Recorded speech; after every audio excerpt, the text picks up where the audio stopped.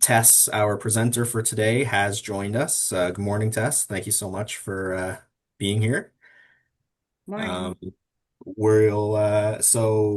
Tess is here from Vivid Machines, and she's going to be giving the group an update on their last season, how their research went, and some of their results and updates. Tess, if you're ready, I'll pass things over to you. Great. Thanks very much. I'm just gonna share my screen. 1 second here. Oops. Hang on, share. And just while you're getting that ready, a reminder to everybody before the presentation, please keep your mics on mute until we're ready for questions. Thanks a lot. Great. Can you see my first slide here? Okay. Yep, Great. you're all set. Excellent. Well, first of all, thanks so much for having us. We're really pleased to participate. And again, it was really nice to see a lot of you yesterday at the OFAC. I really enjoy those events to kind of catch up with a lot of our partners and our customers. So it's really great. My name is Tess O'Mara. I'm the Director of Partnerships for Vivid Machines. I sort of handle a lot of the research and the grant projects that we run as a company. So the project I wanted to talk to today, it was funded by OCI. It was the Critical Technology Project, and we did it in partnership with Provide Agro. So I'm sure a lot of you know the Bartletts, Chris and Sean. They sell a lot of equipment, ag equipment in Ontario. So this project is, we call it integrating our insights into variable rate sprayers for a precision orchard. So really, at Vivid Machines, we're building the intelligence layer that makes healthy food affordable for farmers. I think we don't need to talk about the problems in ag. I think you all know it. The costs are climbing, the labor is scarce, and a lot of decision is made with incomplete information. So really, the goal of our company is to use AI to bring precision tools to help growers control fruit farming. To move over my next slide here. All right. So again, as we just said, labor challenges are a big issue, and that was a big focus of the project with OCI was sort of the labor challenges.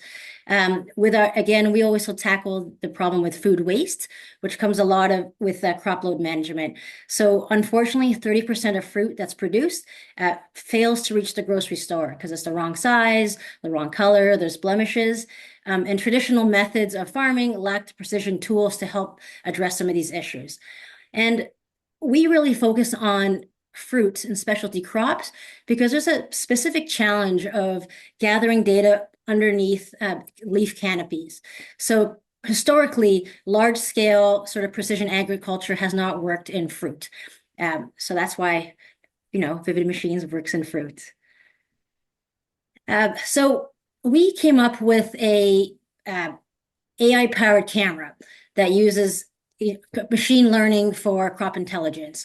So we have a little 1 minute video. I'm actually not going to play it because I don't think it's going to show up with my shared screen on Zoom. But essentially, we take our little camera here, we mount it onto a tractor or an ATV.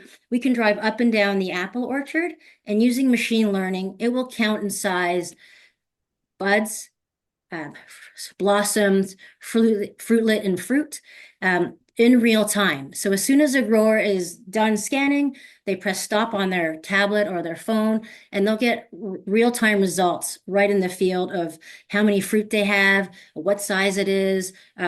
So that allows them to take actions right in the field. So then they know, like, where do we need to thin? Where could there be some fruit stress, some water stress because the fruit is the wrong size. So that's sort of what our camera allows the growers can do. Uh, so again, just a quick slide about our actual technology. Um, it's a, it's got a computer vision pipeline, high resolution RGB imaging. We have a multispectral camera, so you can do spectral analysis beyond the visible light. We do 3D spatial mapping and fruit localization, real-time fruit detection, size distribution. So all of these are done on this little camera that it mounts on. We're currently at version XV3, and we are building a version XV4, which will be coming out for this spring for growers. So today, for growers, for them to assess their crops, they'll go out and they'll take a sample of counts or sizes, throughout their orchard. So maybe they'll walk the blocks and get 10, 10 counts or 10 sizes of their trees, of the fruit on their trees. And then based on that information, they'll make decisions for the whole entire block or the whole row or the whole farm. Um, Now, with our system, they can actually scan every single tree and get information so they can make decisions for their whole block based on actual information on each tree. So that's why we call it the next gen crop assessment. And that's what we do. So in 2024, we worked with Provide Agro. They lent us their HSS sprayer, which is over here. And we scanned a block of trees. We took the Vivid Machines data, we uploaded it into there's a platform called Agro Manager, which controls the sprayer. So we uploaded the data into Agro Manager. We kind of had to geo correct a little bit of the locations to make sure our positioning lined up with the Agro Manager positioning, right? We aligned some of the rows. And then we manually generated a spray plan. So the grower would say, if there's 100 fruitlets, spray the tree 100%. If there's 80 fruitlets, only spray the tree 75%. If there's only 50 fruitlets, don't spray that particular tree. So they kind of created that spray plan, and then we imported that into the sprayer controller, and then they drove the sprayer and they sprayed the trees. So that's what we did in 2024. And we did this with a Penn State University. So it was kind of a proof of concept, but they measured all the rows, they counted all the trees that we sprayed before and after, and they, based on their calculations, they were able to achieve a 17% in spray reduction while achieving the crop load that they wanted. So that's what we did with Penn State. And we also did similar trials with Cornell, but we like Penn because they really measure the results and they're they're really scientific in how they measure their research.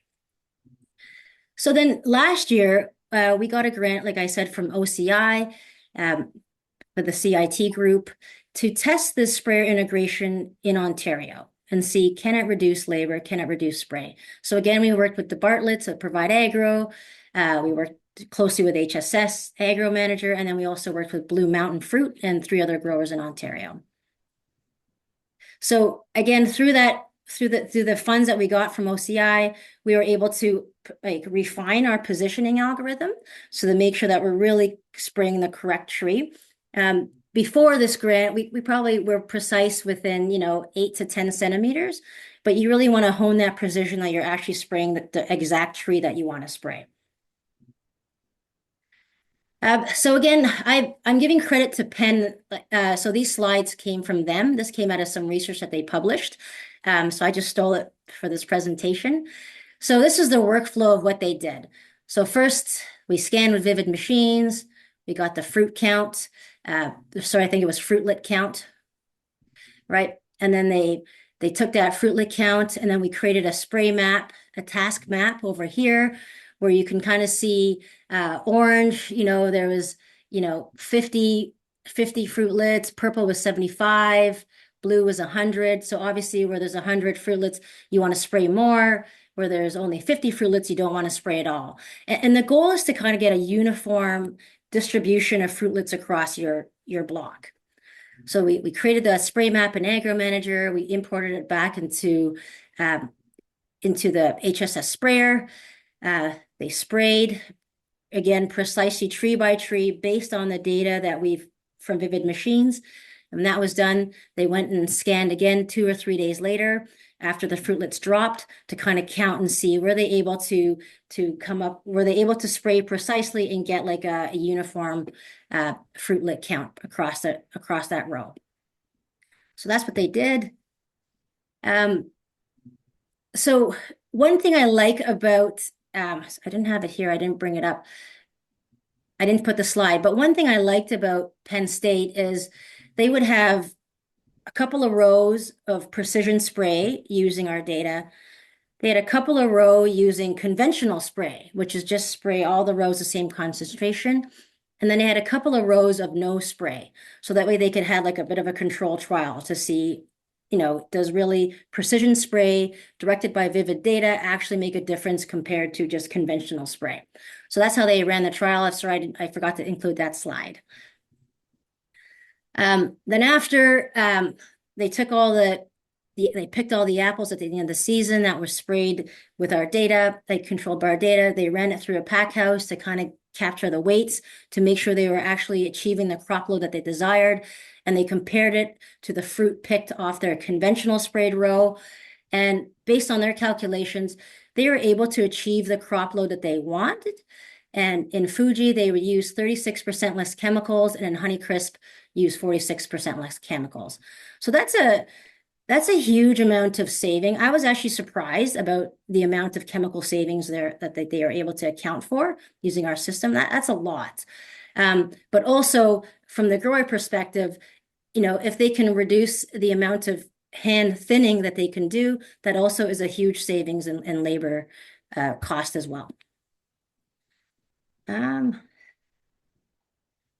Yeah, so that's what we did with Penn State. For us, so this winter, we are working with AgriManager and HSS, and we're building an API to make the integration of Vivid data into AgriManager just a click of a button. So that's being worked on right now. We'll be testing that in the spring with them. And then Penn State wants to use our camera and the sprayer for one more year. They want to use it to test the return bloom after all the spraying as well, and to augment their data for publishing. And then also, after that, the further steps that Vivid Machines wants to do is look at how we can integrate our data into other precision equipment. So I know HSS also has a root pruner and a hedger. A lot of growers that asked us, how can we incorporate your data into spreaders, into variable rate spreaders? So that's some of the next things that we're looking at doing. Great. That's it. I'll end it there, and happy to take any questions. Excellent. Thanks so much, Tess. Yeah, great results on that. Were there any questions for Tess? Tess, do you want to give a bit of the origin story of Vivid with Jenny and how she got started, and some of just for the people that aren't familiar with the company, you guys have done a good job of getting to this point. Sure, happy to. So Jenny, our CEO, she actually grew up on a farm just outside of London. She's an engineer. She ended up developing product for large companies in Toronto at the VP level. And then just before COVID, she felt like she wanted to do something more meaningful with her work and her time. And she also had just completed a master's of AI at Queen's at the Smith School. So she joined Entrepreneurs First, which is an incubator, and she met Jonathan, who is our CTO. And he also grew up in the fruit industry. His parents owned an organic fruit market. Jonathan studied under Yoshua Beningo. He's one of the godfathers of AI, and he's absolutely brilliant. So they met at Entrepreneurs First and came together where they both wanted to use their skill set and solve a problem in food and ag. So they started out and they were looking like, what is the main problem we can solve? What are some of the challenges? So they spoke to a lot of growers, and there's a lot of ag already in row crops. And I think it's an easier problem to solve because there's a lot more uniformity. But what they were discovering, there's a lot of problems in fruit. And so a lot of the fruit farmers are like, yeah, if you can help us with crop load management, if your cameras, or if you can develop a camera to help with that, that's the kind of problem that we'd love solved. So they started working with, Algoma was one of their first customers, and Blue Mountain Fruit and Chudley's. They really took a chance on us. And we liked working with Chudley's because they have so many fruit varieties. And then Algoma and Blue Mountain are large apple growers. So we started working with them and collecting data in fruit. And then Jonathan built a camera, so XV1. So now we're almost at the cusp of XV4. And through then, we sort of developed our data set to work in use cases in apples. So now we have a really good commercial product in apples that we're selling in the US, in Australia, New Zealand, Latin America. And now we're starting to do research in other fruits. So we have a lot of inbound interest in pears and cherries.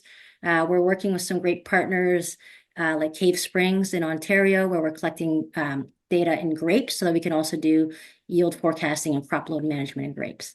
And yeah, that's where we are today. Excellent. There was a question that came in the chat. The chemical savings is one thing, but is the thinning application via variable rate per tree more accurate as well? Is there more value to this? So, and that's what we were at. That's a really great question. And that's what we were trying to prove because right now a grower will go out and they'll count like the fruitlets on, a few trees across their block. You know, you guys, farming it's an art and a science. And a lot of our growers have been doing this for generations. And I love it because they'll go out there and they'll be like, yeah, we think it's going to be, high crop yield this year. And I don't know, somehow they know. Which is always amazes me. But so they'll go out and they'll sample a few trees. They'll count the fruitlets on maybe 5 trees across the block, and they'll say, okay, let's use such and such chemical today at such and such concentration. And then you just kind of hope and pray that it takes off enough fruitlets for you. Then you go back and then you count again and say, okay, do we do another spray or do we just hand thin? Okay, well, let's just hand thin and let's send, a crew of 20 guys through the blocks and everybody take 10 more fruitlets off the tree by hand. And that's really labor intensive, right? So you're sort of guessing, you're kind of hoping that your farm is very uniform. So with the precision spraying, I think sort of the request for precision spraying really came from the growers, where you can, spray the first tree 20%. Don't spray the next tree. Don't spray the next tree. Spray the next tree 100%. Spray the next tree 50%. And that's sort of so again, using our data, are they able to achieve that precision? And I think that's what we were able to prove through the studies at Penn State. Awesome. Chuck, you were next. So Tess, let's pretend that I'm a 300-acre apple grower. What is your business model for me? Like what is your go-to-market? Like, do I buy the camera and I keep the images? Do you use it? Is it a fee for service? Like, what is your Yeah, kind of what is great, your great question. model and what kind of traction have you gotten so far? Yeah, that's a great question. So we lease the cameras to growers. It's about $6,000 for the season. And the reason we lease it is that there's anything wrong with it, we replace it. At the end of the season, we take it back, we maintain them all, we clean them, we fix them up, right? So that's the first fee. And then we do a per acre fee. Last year, I think it was about $60 or $70 per acre. I'm not in the sales team, so I don't know the exact number. And the farmers will use it per acre and they can use it all they want. So you have some growers who just want to use it for crop load management. That's really important to them. So really early in the season. The first time they can use it is at dormancy. So we can count buds. And again, I see Garson on the call. That bud counting model was funded by Kane. So thank you, Kane, for that. So we can count buds so that growers know how to prune their trees. That's the first step. And then the next step is, again, counting blossoms and fruitlets, and it helps them to know how to thin, right? And again, they would look at our data, and then they would just send their sprayer through based on our data. The next iteration to that is to attach it to a variable rate sprayer so they can precisely spray their tree. And then they'll scan a few more times through the season. And if they can do 3 scans between, after 7 mils and before harvest, we can generate a growth curve. It was based on a lot of growth curve models coming out from the different universities, I think University of Massachusetts, et cetera. And then we can give you an early yield estimate. So 8 weeks, 6 to 8 weeks before harvest, we'll be able to tell the pack houses, we expect size 22 apples, 80 bins of Honeycrisp, right? So that information is really important for the pack houses to know that in the marketing desks. So that's how that's used for the grower.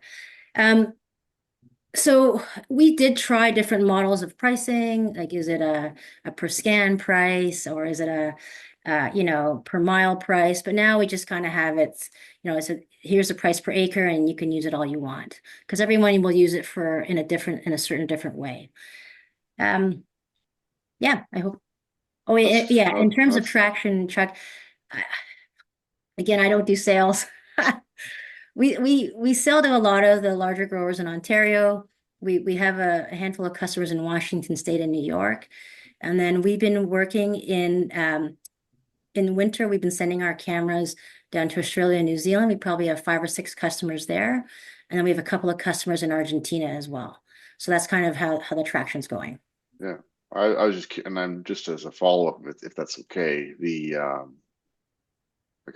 one of your competitors, Bloomfield out of the US, like since they've been acquired by Kubota back in 2024, it's almost like they've dropped off the radar. And I didn't know whether you follow them at all or like, We do follow them. There are a couple of competitors in this space, which is a good sign because it shows that we're solving a problem that needs to be solved. Um, so I think some of our competitors would be Bloomfield. There's one called Aurea Imaging that does similar things mounting on drones. And then there's one called Orchard Robotics, which came out of Cornell as well. And all of these companies are awesome and they're all solving a problem.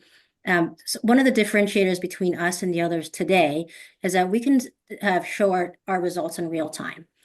So as soon as you're done scanning, within 2 minutes, you have your results on your tablet or on your phone.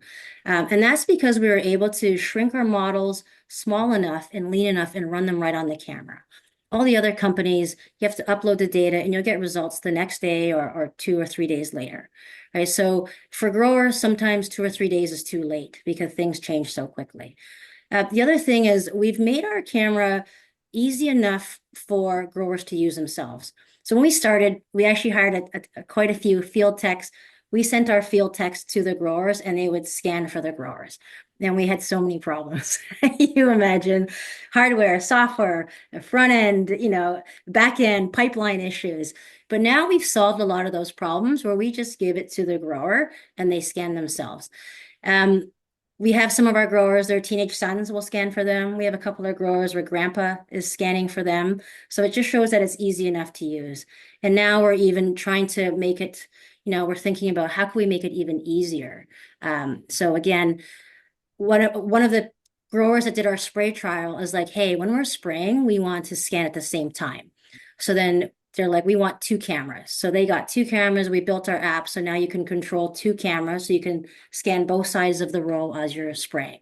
So that was an idea that came from the grower who wanted it even easier to use. And moving forward, we're even hoping that we can test it on autonomous ag bots as well. Because growers are saying, we love your system. It's yielding great results. We can mount it when we're cutting the grass, but sometimes we want to scan more in between cutting the grass or even in between scanning, and we don't have the labor to run an ATV up and down the orchard. So then our thought, can we mount it on an autonomous ag bot so it can scan for the grower in the times that it needs to be, that they'd like to get that data. Excellent. Thanks, Tess. Thanks, Chuck. The next question that came through is from Eric in the chat. Wants to know, do you know of any public vivid imagery data, either through yourselves or the schools you've worked with? So it's again, like we say that we're a machine learning company. I really think our moat is our data. So when we started, when you look on Google or, universities for images of trees and fruits, it's really hard to find, right? So we probably own the biggest fruit tree data set in apples in existence. We've scanned over 1 million trees, right? And with that data set, we can build other use cases for apples. Like, for example, growers are asking us to build a color model or a model to be able to count tops and bottoms of trees. So any sort of new use cases in apples, we have that data set. It's really hard to find that data set. We can't even, we've tried to find data sets of apple disease through universities or things like that. It's really hard to find. So when we scan data, the data belongs to the growers. So it is their data, but we have permission to use that data to build models. So that's kind of how we handle the data issue. But it's a great question. Even moving into new fruit for us, we need data to build a model before we can move into new fruit. So an example, some of our growers in Washington have apples and pears, and they keep asking us, when are you developing a pear model? And we need more data in pears before we can build a pear model. and they say, well, you know what? Our apple trees look similar to pears. We're going to scan on pears anyways, and we're going to use our results on our pear trees anyways. So we actually have some growers who are using our pear model on our apple model on their pears. And we keep telling them it's not accurate because we need more data to develop an actual pear model. But they're like, it's still better than our hand count. So they're using it anyways. So that's sort of the challenge for us moving into new fruit, is just getting that, requisite amount of data set that we need to run and build train accurate models. Excellent. Jim, you had your hand up, but you put it down. Didn't know if you still I had a question. finally found the question mark button. Tess, great presentation. Thank you so much. I'm really fascinated by the fact that you guys went and built and designed your own camera. And then I'm like, well, what's happening? What's your next gen camera going to offer for your company and for your farmers? Yeah, great question. So so we built the camera. Well, I say we. I take no credit for any of that. Jonathan and my team built it, designed and built it. So it's very similar. One second. My phone, I'm going to turn that off. One second.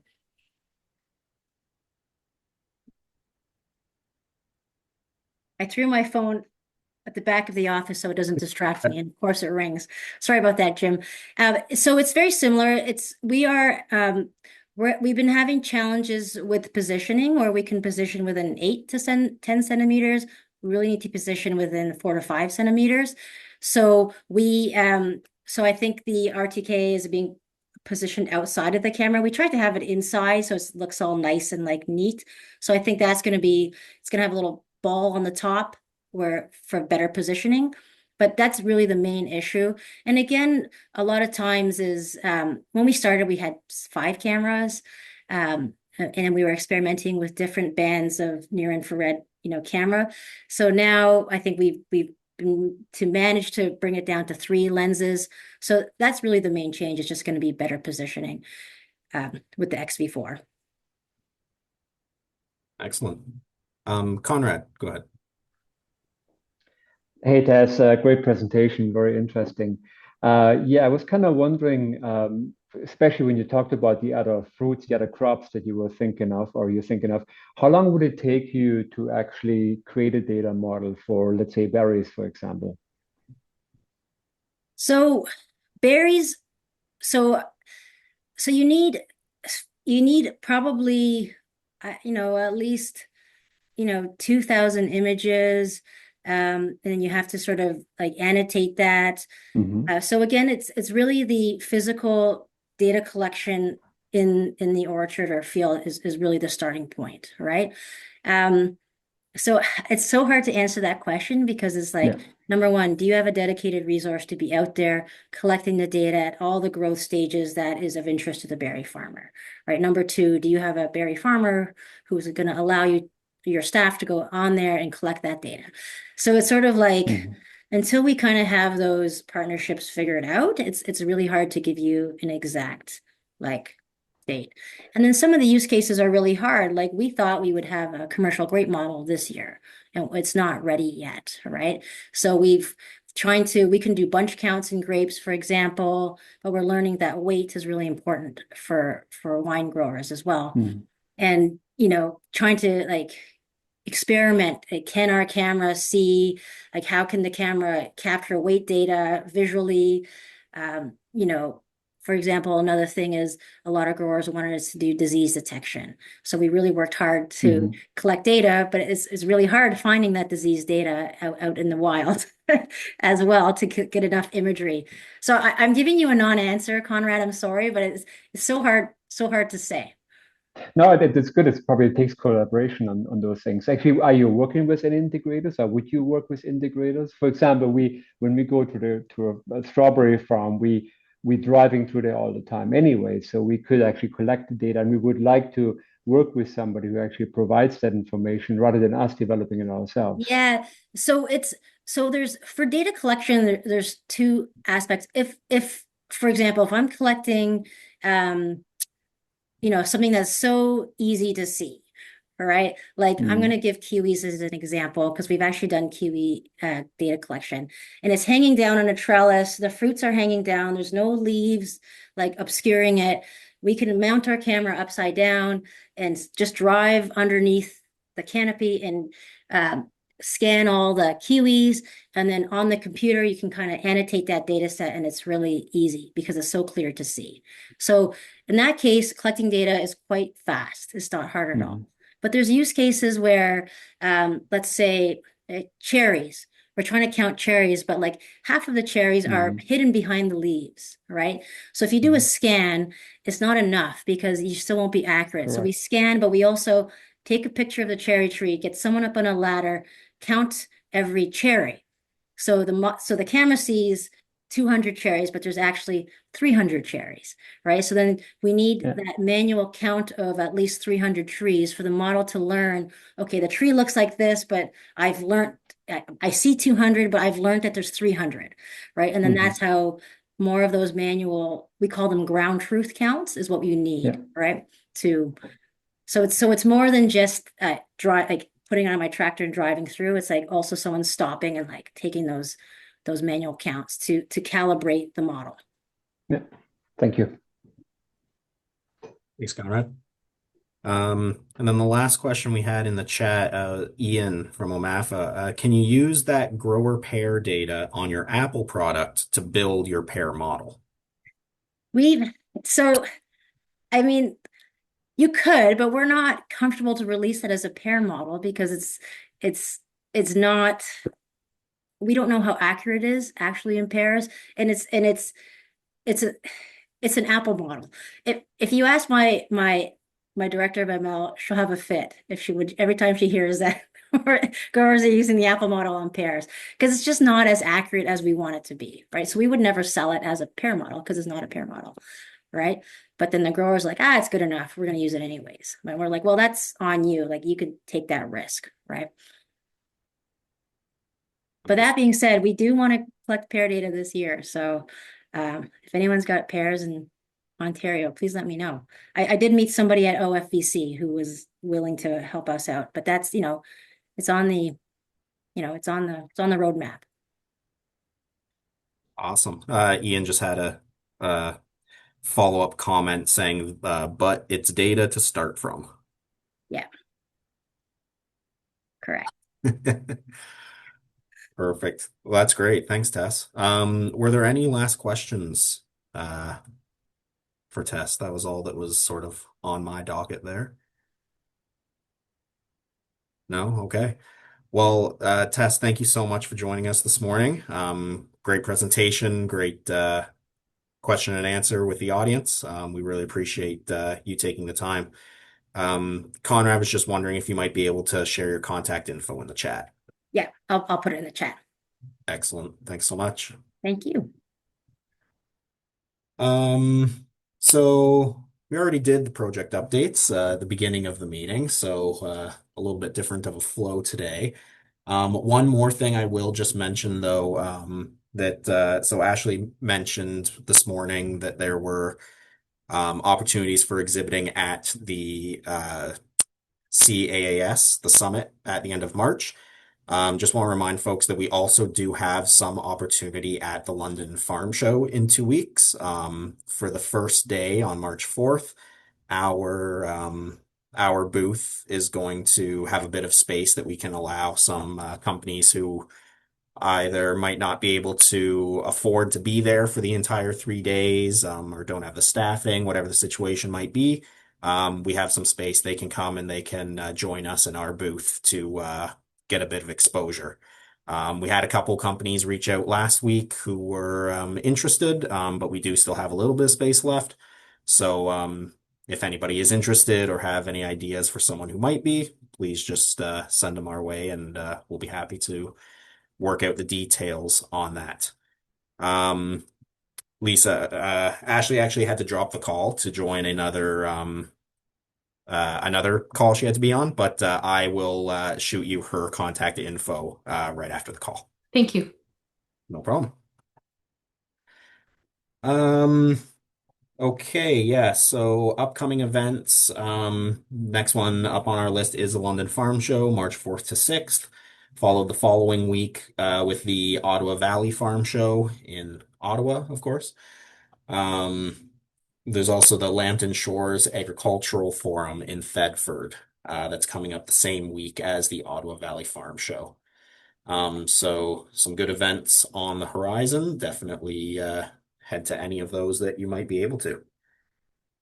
Uh, excuse me. We don't have any new funding announcements or opportunities. So at this point, I'll I open heard up. of one yesterday being put out. I'm not sure it's the same one that's being administered by BioEnterprise or put out through the OMAFA. And I'm not sure if anybody has any more follow up on that. I was going to look that up. It's on the OMAFA website. Okay, excellent. Yeah, does anybody know what Chuck's talking about? Yeah, I think I heard something about that too, but I can't quite remember. It was yesterday was Yeah. people were talking about it. Mm-hmm. I have to look it up. I'm Sure. yeah.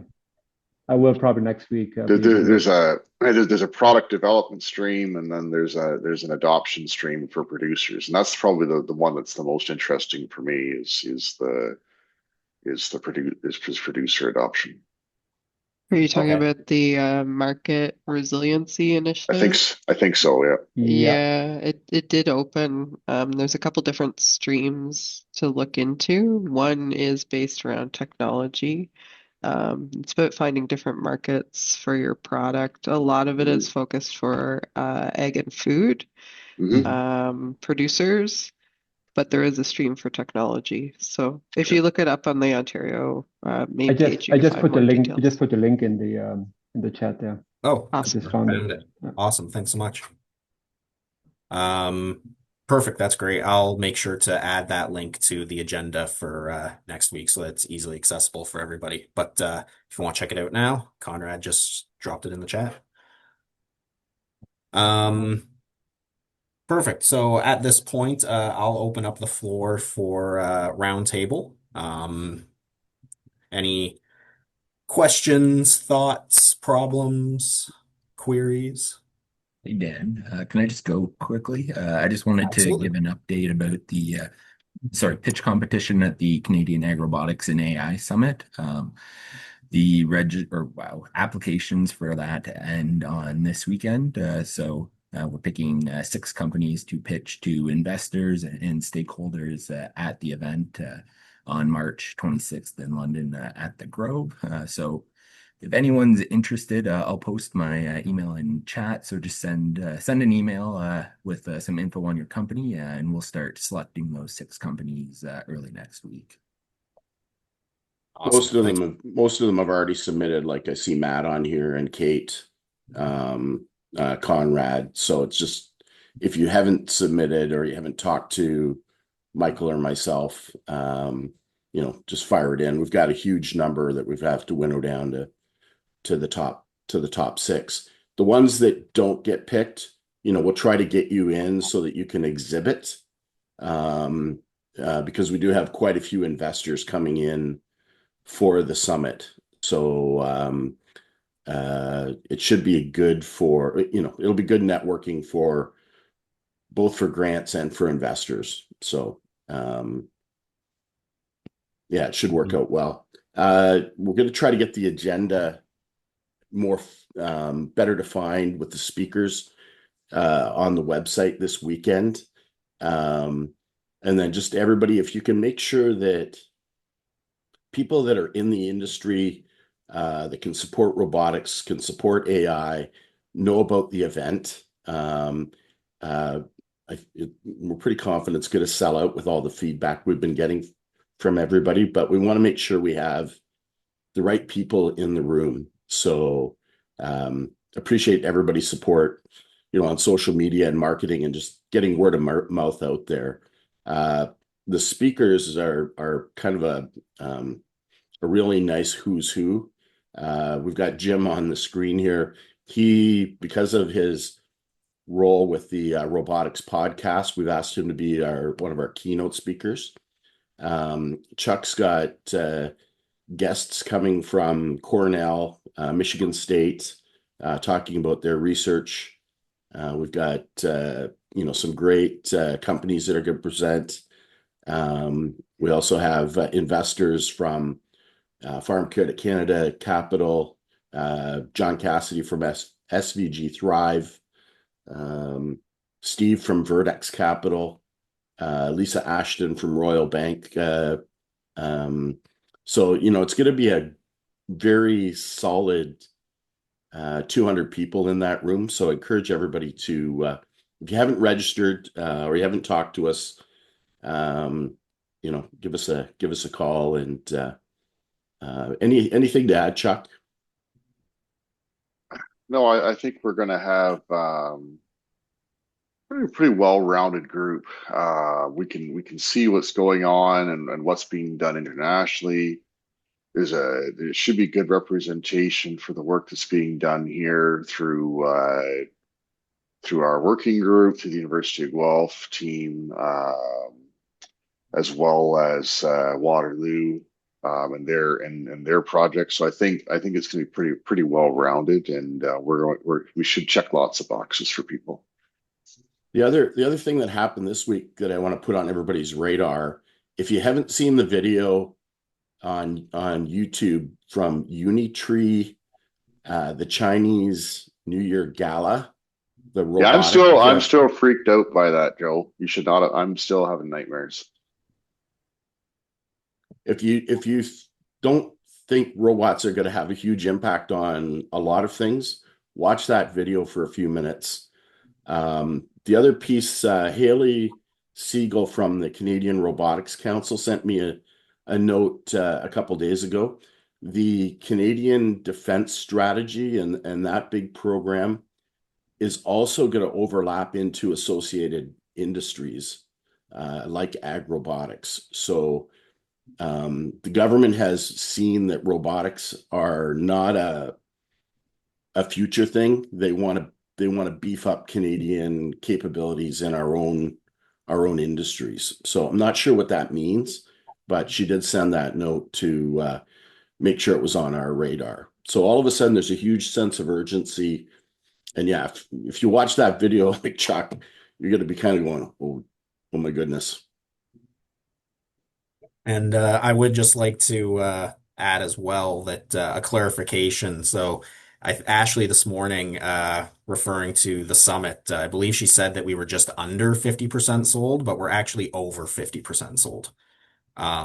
So definitely make sure you register if you haven't yet, because it's been a pretty short amount of time and we're already doing quite well on the ticket front. And Michelle, go ahead. Yes, could you hear me? Yes. Yes. Okay, thanks. I just want to corroborate what Joe was saying about defense strategy, AI strategy, and all others. So just to tell you, confirm, they approach us, the defense research and development people, and so they really want to work on agriculture and agri-food and at the crossroads with defense. So we'll see. And Michelle, most people don't know who you are. And Michelle's in a very unique position in Ottawa. And she's very senior in agriculture and agri-food Canada. Can you tell us a little bit about yourself and what role you have there? Sorry to put you on the spot. Good morning. Yeah, you put me on the spot, Joe. Just to tell everyone, yes, and maybe again the people talking about peers we have a few minutes ago. I am the crossroads of science and policy. So we have 2,400 researchers in Agriculture Canada, all dedicated to improve and to innovate for the sector. And they do amazing things. For example, we hire now new people in AI, in nanotech, and those kind of things. So when you talk about or you are looking for data, if you are looking for tests, this is a place to come. Don't hesitate to knock at our door and by door for the next months at least, and I will help you to find what we learned and what we have available. We are public service, so we offer that service to the good of for Canadian. So don't hesitate. And my job is to bridge between everyone and make sure that our minister knows about those events and what collaboration we do. And so, as I said, defense knock at our door, and we are preparing meetings these days on what does it mean and where they can. So hopefully, actually, to be fair, we want to tap into their money, but it's okay.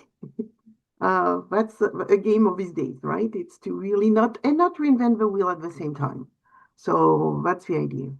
So this is what I do. I spend my day to not reinvent the wheel, in a sense. Well, thanks so much, Anne Michelle. We appreciate that. Matt. I think my question would be for Anne Michelle, and maybe it's premature, but I'm just curious if there's a way that the robotics company and the group can be engaged as we figure out what role it might have in the defense strategy. I agree. That's No. the idea.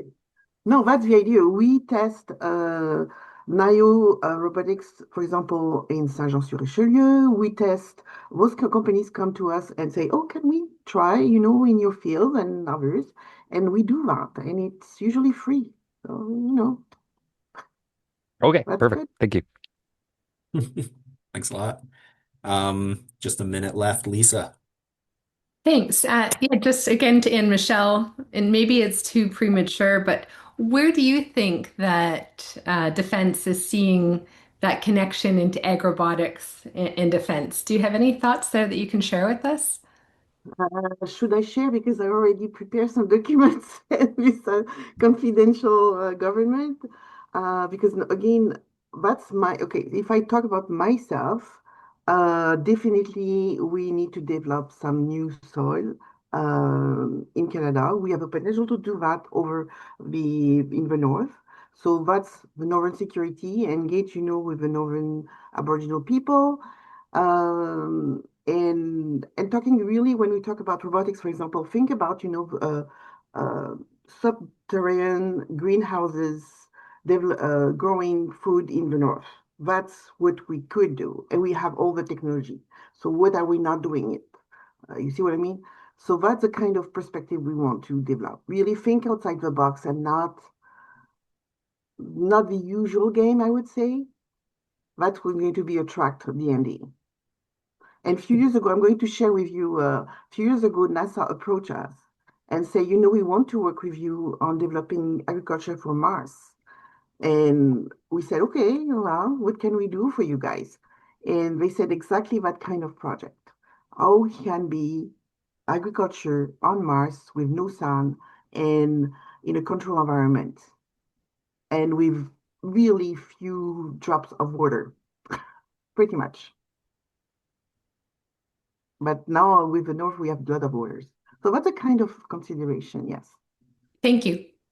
We may need to invite Anne Michelle to give us a presentation to this group with all of her stuff she can talk about.